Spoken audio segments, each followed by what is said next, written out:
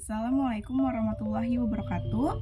Nama saya Adelia Zazandong dari kelas 4B dengan NIM 2286206067 dari Prodi PGSD.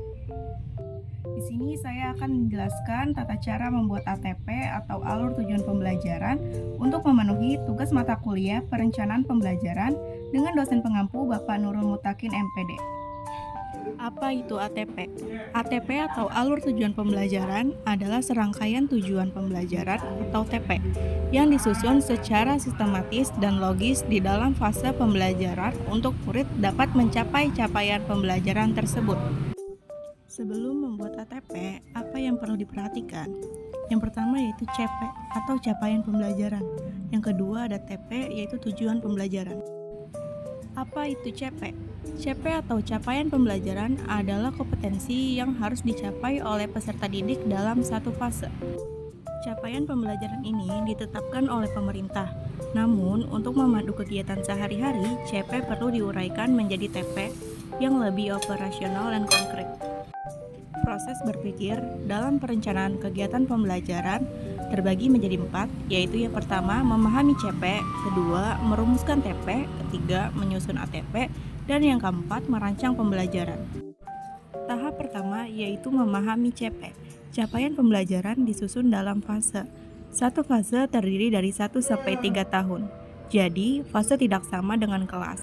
Fase merupakan kompetensi, sedangkan kelas menunjukkan kelompok berdasarkan usia. Oleh karena itu, dalam merencanakan pembelajaran untuk satu fase, guru harus melakukan kolaborasi dengan rekan guru yang sama-sama mengajar pada satu fase yang sama. Sebagai contoh, CP pada fase B berlaku untuk kelas 4, 5, dan 6. Saat merancang pembelajaran, pendidik kelas 4 hingga kelas 6 perlu duduk bersama untuk menentukan rencana batasan kompetensi di setiap jenjang. Dengan begitu, kompetensi pembelajaran yang akan dicapai peserta didik dapat dipelajari secara berkesinambungan. Dalam memahami capaian pembelajaran terdapat 4 langkah. Yang pertama, memahami rasional. Yang kedua, memahami tujuan mata pelajaran. Yang ketiga, mempelajari karakteristik. Dan yang keempat, mempelajari capaian per fase. Tahap pertama yaitu memahami rasional. Rasional menjelaskan pentingnya mempelajari sebuah mata pelajaran dan kaitannya dengan profil pelajar Pancasila. Untuk dapat memahami bagian ini, kita dapat menggunakan pertanyaan pemantik sebagai berikut. Tahap kedua yaitu memahami tujuan mata pelajaran. Tujuan menjelaskan kemampuan atau kompetensi yang dituju setelah peserta didik mempelajari mata pelajaran tersebut secara keseluruhan. Untuk membantu memahami bagian ini, kita dapat menggunakan pertanyaan pemantik seperti berikut. Tahap ketiga yaitu mempelajari karakteristik. Karakteristik menjelaskan apa yang dipelajari dalam mapel tersebut serta elemen-elemen yang membentuk mata pelajaran. Untuk memahami bagian ini, kita dapat menggunakan pertanyaan pemantik seperti berikut. Selanjutnya, tahap yang keempat yaitu mempelajari capaian per fase. Bagian ini berisi kompetensi yang harus dicapai dalam satu fase. Untuk membantu memahami bagian ini, kita dapat menggunakan pertanyaan pemantik seperti berikut. Untuk memahami capaian pembelajaran, pendidik juga bisa membentuk komunitas belajar di satuan pendidikannya. Karena pada dasarnya CP disusun dengan prinsip yang sama.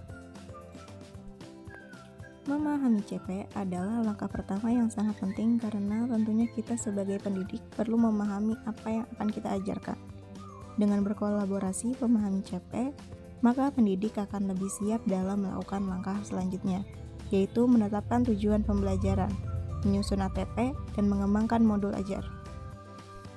Selanjutnya, langkah menyusun ATP yang kedua yaitu merumuskan tujuan pembelajaran. Dalam merumuskan tujuan pembelajaran memiliki 3 cara. Yang pertama yaitu secara langsung berdasarkan capaian pembelajaran. Kedua, dengan menganalisis kompetensi dan lingkungan materi pada CP. Dan yang ketiga, lintas elemen capaian pembelajaran. Prinsip tujuan pembelajaran terbagi menjadi 2, yaitu yang pertama kompetensi, dan yang kedua ruang lingkup materi. Kompetensi adalah kemampuan mencakup sikap, pengetahuan, dan keterampilan yang dapat ditunjukkan atau didemonstrasikan peserta didik. Yang kedua yaitu ruang lingkup materi adalah konten dan konsep utama yang perlu dipahami pada satu unit pembelajaran.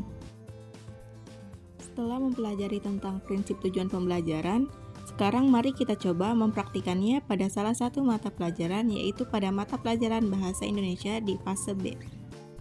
Pada video ini kita akan mempraktikkan cara merumuskan tujuan pembelajaran dengan cara alternatif 2, yaitu menganalisis kompetensi dan lingkup materi pada CP. Jadi, yang pertama yaitu mengidentifikasikan kata kunci pada CP yang berkaitan dengan kompetensi dan lingkungan materi. Mari kita praktikkan pada elemen pertama, yaitu elemen menulis. Pada kalimat ini, kompetensi yang diminta adalah menulis. Lingkup materinya adalah teks narasi, teks deskripsi, teks rekon, teks prosedur, dan teks eksposisi. Yang kedua, mengelompokkan hasil identifikasi. Kita kelompokkan kompetensi dan ruang lingkupnya. Untuk mempermudah analisis, hasil identifikasi ini bisa dituangkan dalam tabel seperti contoh berikut. Pada contoh ini, CP diuraikan per kalimat karena setiap kalimat CP dapat membuat ruang lingkup yang berbeda. Yang ketiga, merumuskan tujuan pembelajaran. Dengan kompetensi dan ruang lingkup yang sudah dipetakan, maka tujuan pembelajaran adalah memahami ide pokok. Namun, ada kalanya saat merumuskan kita perlu menganalisis ruang lingkup materinya lebih dalam. Lalu, pada langkah ketiga yaitu menyusun alur tujuan pembelajaran atau ATP. Penyusunan ATP dilakukan setelah seluruh capaian pembelajaran telah diturunkan menjadi tujuan pembelajaran. Langkah pertama adalah menyusun ATP, yaitu perlunya kolaborasi antar pendidik yang mengajar dalam fase yang sama. Ini perlu dilakukan agar tujuan pembelajaran tetap berkesinambungan. Langkah kedua yaitu menyusun tujuan pembelajaran secara logis dan runtut dari kompetensi yang ditingkat ke kompetensi yang lebih tinggi. Jika dikaitkan dengan mata pelajaran Bahasa Indonesia, pemaparan teks dapat dimulai dari teks yang pendek dan sederhana terlebih dahulu, baru kemudian ke teks yang lebih panjang dan kompleks. Bisa juga dihubungkan dengan tujuan pembelajaran, yaitu mulai dari materi yang lebih mudah dipahami sampai ke materi yang lebih abstrak dan membutuhkan pemahaman lanjutan. Salah satu penyusunan yang dapat dipilih yaitu metode perancah atau scaffolding. Metode ini merupakan metode pengurutan yang bertujuan untuk meningkatkan standar performa, sekaligus mengurangi bimbingan atau intervensi secara bertahap. Hal yang juga perlu dipertimbangkan adalah tingkatan kelas, karena satu fase bisa terdiri dari 1-3 tahun, maka pendidik perlu mempertimbangkan mana konsep yang sebaiknya diajarkan di kelas 1 atau kelas 2. Kita bisa menggunakan cara pengurutan dari yang mudah ke yang lebih sulit. Dengan mengimplementasikan langkah-langkah dan prinsip-prinsip ini, pendidik dapat merancang pembelajaran yang efektif dan relevan dengan kebutuhan peserta didik dalam mencapai capaian pembelajaran yang telah ditetapkan. Penjelasan yang sudah dijelaskan tadi merupakan acuan untuk membuat RPP. Semoga bermanfaat. Wassalamualaikum warahmatullahi wabarakatuh.